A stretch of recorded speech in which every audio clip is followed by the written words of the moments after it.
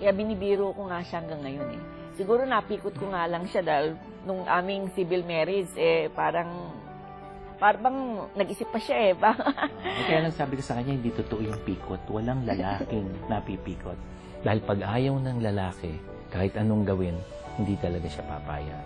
Pero pag gusto ng lalaki, talagang kahit anong gawin, pagpapakasal yung lalaki. Hindi sa akin hindi totoo yung pikot. Kaya sabi ko sa kanya, huwag mong iisipin yan. Dahil kung ayoko, kahit patayin ako, hindi ako papayag. Di ba? Oo. Kaya yun. Talaga? Opo. Sige na nga, naniniwala.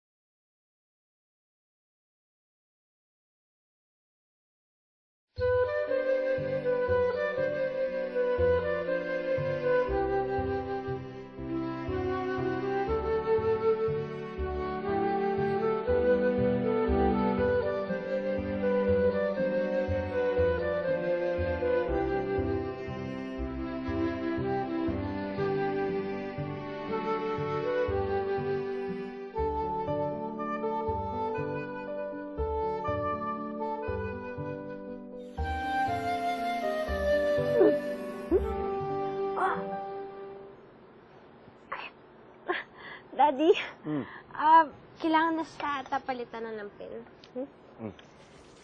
Ako na bahala dyan, Mami. At, sige na, ako na bahala dito at baka mahuli ka na sa trabaho mo, Sige. Balikan ko kagad, Bye! Bye, yakiyakan ko na to. Love you. Sige, ingat. Kasi siglo nga, dahil ang ano niya, natatakot siya. Na pag hinawakan niya yung bata, o kaya naman pagpapalit ng lampin, o kaya umiiyak, ako nagkakarga, kahit na ako yung duty, di ba, na-duty pa rin ako noon, pang umaga o pang gabi, inano ko na rin dahil nga, hindi sanay humawak ng bata siglo. Di ba yung bata, ibabarp mo pagka dede, hindi niya kaya yun. Natatakot siya lagi. Ang ano ko naman noon, baka ganun talaga siya.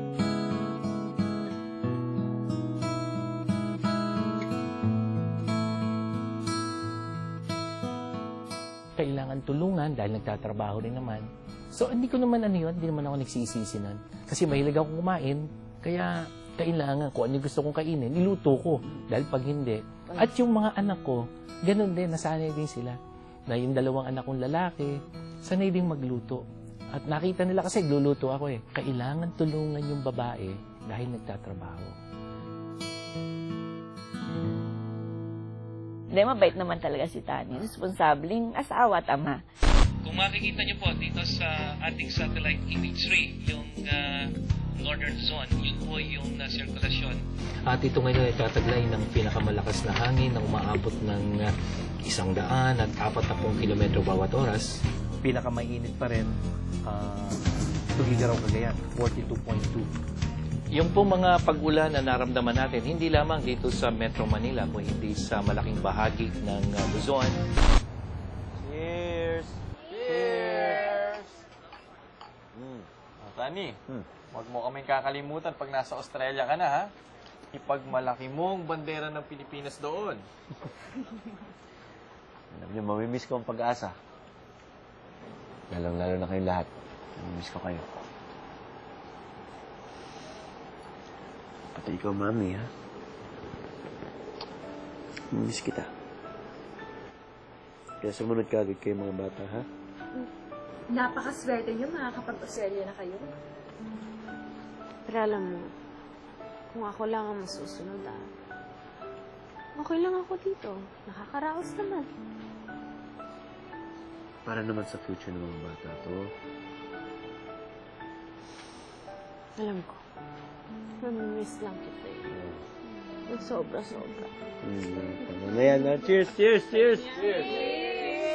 Sabi ko nga sa siglo, napakasimple ng kanyang pangarap. Hindi niya pinangarap yung pumunta sa abroad para magkaroon ng mas maraming pera. Sapat na ba yung kung nandito ka, maligaya ka, nakakapag-ipon ka kasi yun ang ano niya, natutunan niya sa magulang niya. Basta mag-ipon ka, yun. Kahit na ayaw niya, napilitan akong umalis ako lang mag-isa.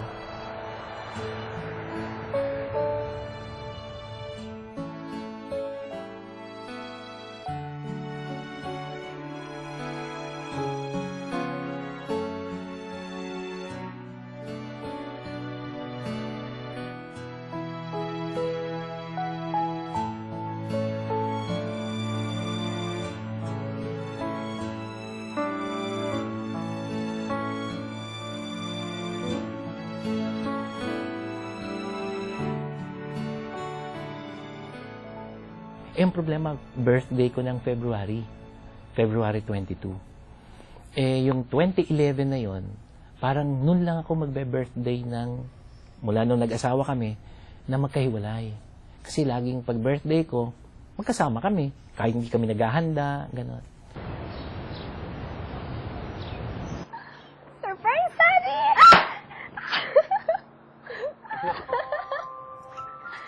Mami! Happy birthday! Mami, sinurpresa mo ako. Akala ko mag-celebrate ako ng birthday mag-isa eh. Miss na miss ko na kayo. Pwede ba naman yun? Hindi ko pwedeng palagpasin ang birthday mo na magkalayo tayo. Mami, pinasaya mo ako ngayong birthday ko. Siya! Mami. Alam mo, pinasaya mo ako ngayong birthday ko. Oh, mag-birthday wish ka na sa cake mo. Salamat ha.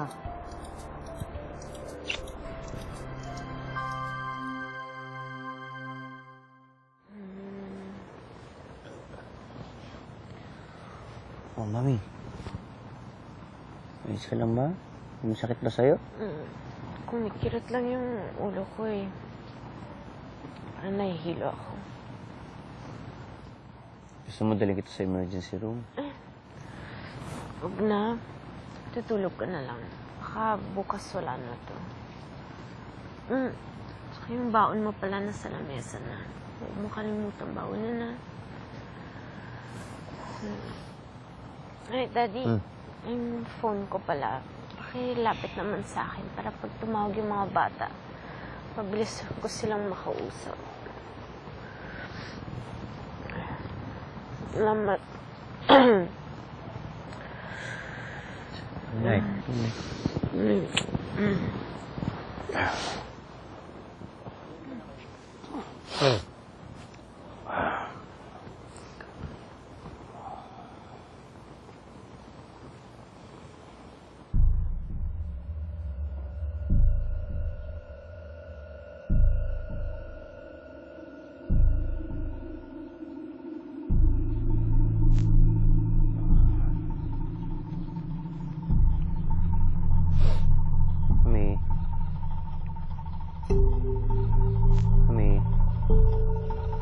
To.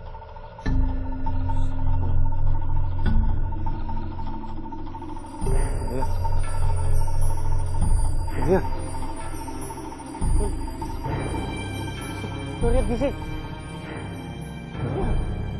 Surya gising.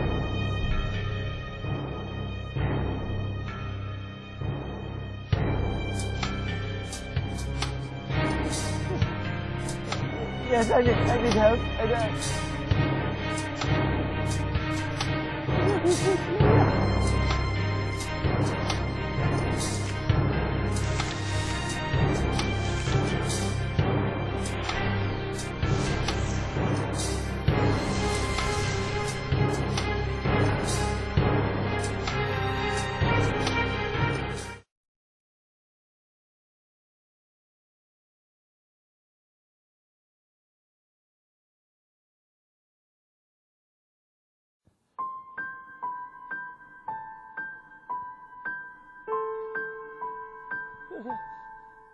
Kaya sabi ko, Diyos ko po, Lord, anong nangyari sa misis ko? Yun nga, hindi ako makapaniwala na napakatulin ng mga pangyayari. Na imagine, span of 6 hours or ano, eto na yung misis ko. Nakahiga, wala nang, hindi ko na alam kung ano mangyayari sa kanya. Ano nangyayari sa kanya? Eh, kanina lang, alas 12 ng gabi, kausap ko siya. Tapos ngayon, hindi na siya magising. Ang initial assessment daw nila, meron siyang brain tumor. Every day, kausap ako ng isang doktor. At araw-araw, sinasabi sa akin, pumayag na ako na tanggalin ko na yung ventilator dahil nahihirapan na yung misis ko. At araw-araw din, ayoko, hindi ako pumapayag. We have given you enough time, Mr. Cruz. Your children have arrived and now they can talk to their mother. I'm sorry, your wife is not improving. We will have to remove the ventilator by tomorrow. Please, no. Please, I'm very sorry, Mr. Cruz. It's the hospital's policy. Okay, here's what we can do. Can we get a priest first to anoint her? Okay, but it will be your last chance. I'm sorry.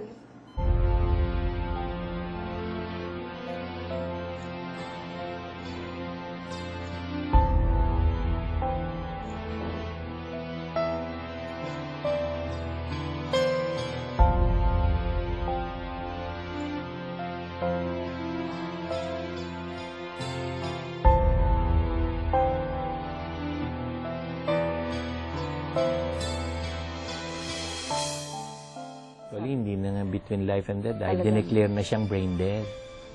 Talagang sinabi na sa akin ng doktor na wala nang pag-asa yung misis mo. Pinakita yung resulta ng CT scan before at saka yung after the operation. At ang sabi ng doktor, walang pagbabago sa kalagayan ng misis mo. Actually, lalo pa nga namaga yung kanyang utak after the operation. Kaya mukhang talagang wala nang pag-asa yung asawa mo. And right now, she is suffering. Eh sa kanila kasi, yung mga puti, ayaw nila nung nahihirapan ng isang tao. So kung pwede lang na wag nang mahirapan, kung ano man yung dapat gawin, gawin na. Yung sinabi ko na hindi ako papayag, umalis na yung doktor, nakatingin lang ako kay Glo, hawak ko yung kamay niya, sabi ko, Mami, sorry ha. Pero dahil mahal kita, ayoko na ako papayag. Yeah? Pasensya ka na, Mami. Alam ko nahihirapan ka, pero ayoko. By His holy anointing and His sweet mercy, may the Lord pardon you for what sins you have committed. May the Lord who frees you from sin save you and raise you up.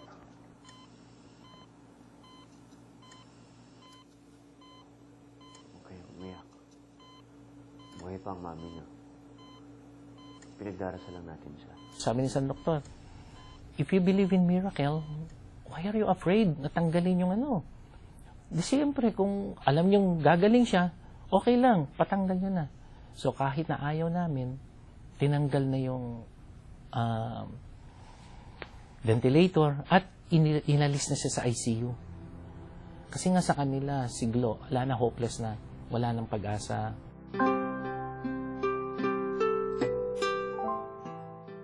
Panginoon, alam ko po na kayo lang may kakayahan na magbigay ng milagro.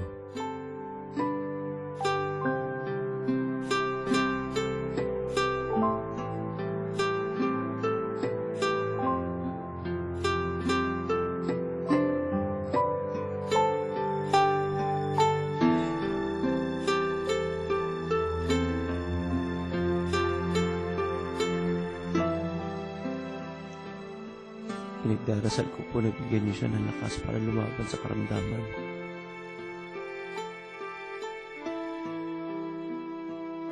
Iaalay ko po lahat sa inyo. Lahat ng sakit, lahat ng alinlangan, lahat ng pagdurusa ni Glo. Panginoon, gisingin niyo na po siya.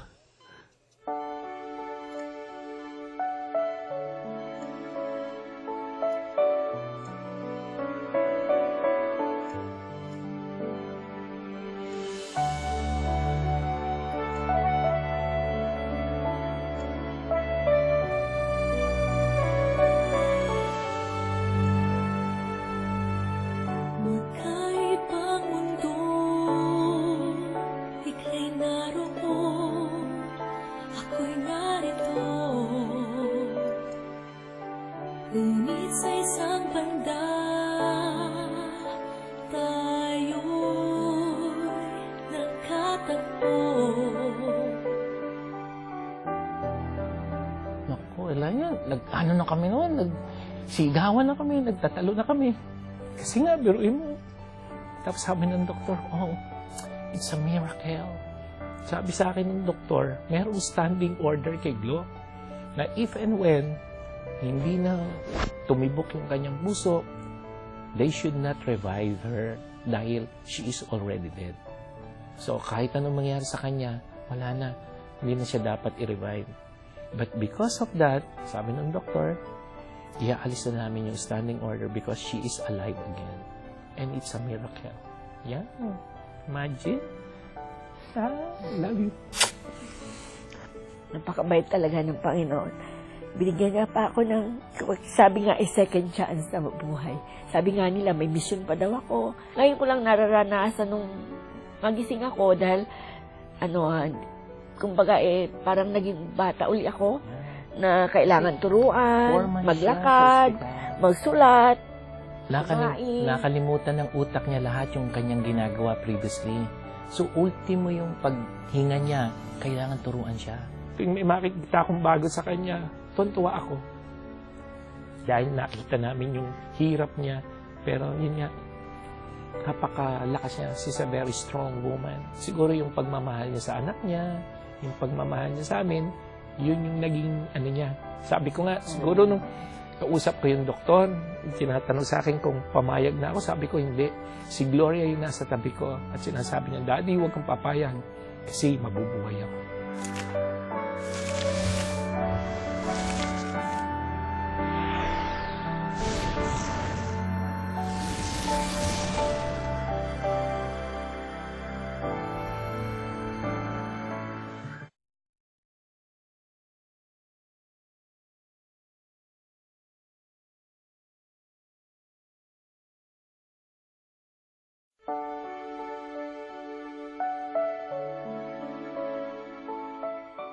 I'm not a perfect husband. Siyempre, maraming kapilyuhan. Pero ngayon, dahil sa nangyari sa kanya, kung siya binigyan ng Panginoon ng second life, ako naman binigyan ng Panginoon ng second chance. Sabi ko nga sa kanya, na kahit nung natutulog pa siya, nung kumata siya, Mami, pag gumaling ka, habang buhay na kitang pagsisilbihan. Yeah? At yun yung ano ko sa kanya ngayon. Siya na lang ang mamahalin ko habang buhay. Sabi nga pala ng mga doktor, dapat daw alagaan ka na mabuti. Dapat hindi ka na-stress o kaya napapagod. Kaya magmula ngayon, ikaw na ang baby namin, ha? Ikaw ang baby namin ng mga bata. Ilang taon mo rin kami nalagaan. Kaya ngayon, ikaw naman nalagaan namin. Pero doon sa bahay natin. Babalik ko tayo ng Pilipinas. Kaya anuhin ko naman ang trabaho dito kung wala naman kayo.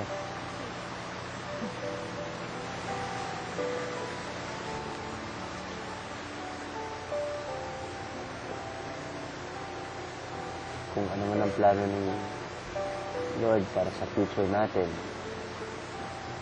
tatanggapin ko na lang yun.